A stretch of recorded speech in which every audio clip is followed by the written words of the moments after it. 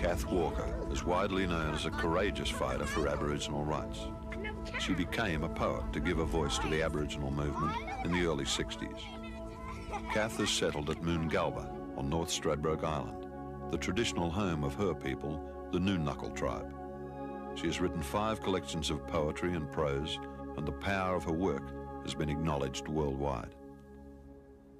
Peace was yours, Australian man, with tribal laws you made, till white colonials stole your peace with rape and murder raid. They shot and poisoned and enslaved until a scattered few, only a remnant now remain, and the heart dies in you. The white man claimed your hunting grounds, and you could not remain.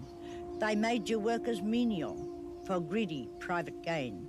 Your tribes are broken vagrants now, wherever whites abide, and justice of the white man means justice to you denied. They bought you Bibles and disease, the liquor and the gun. With Christian culture such as these, the white command was won. A dying race, you linger on, degraded and oppressed. Outcasts in your own native land, you are the dispossessed. I wrote The Dispossessed in the early 60s when we were trying to gather up people to form the civil rights movement.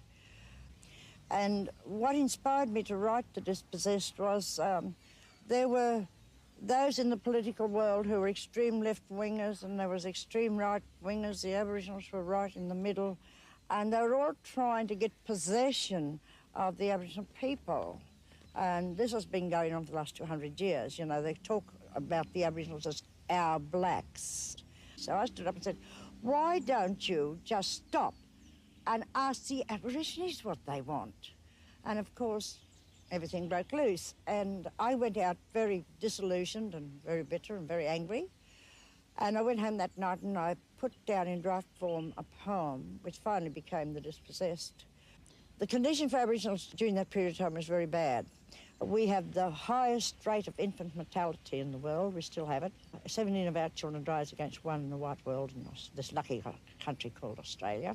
We have the highest leprosy rate in the world in Western Australia in this so-called lucky country. Now, in the Australian years BC, and by that I mean before Cook, we were a disease-free race of people, and all these diseases came in. I heard the voices of my people, and every time I heard a story like that, I went home and I wrote a poem about it.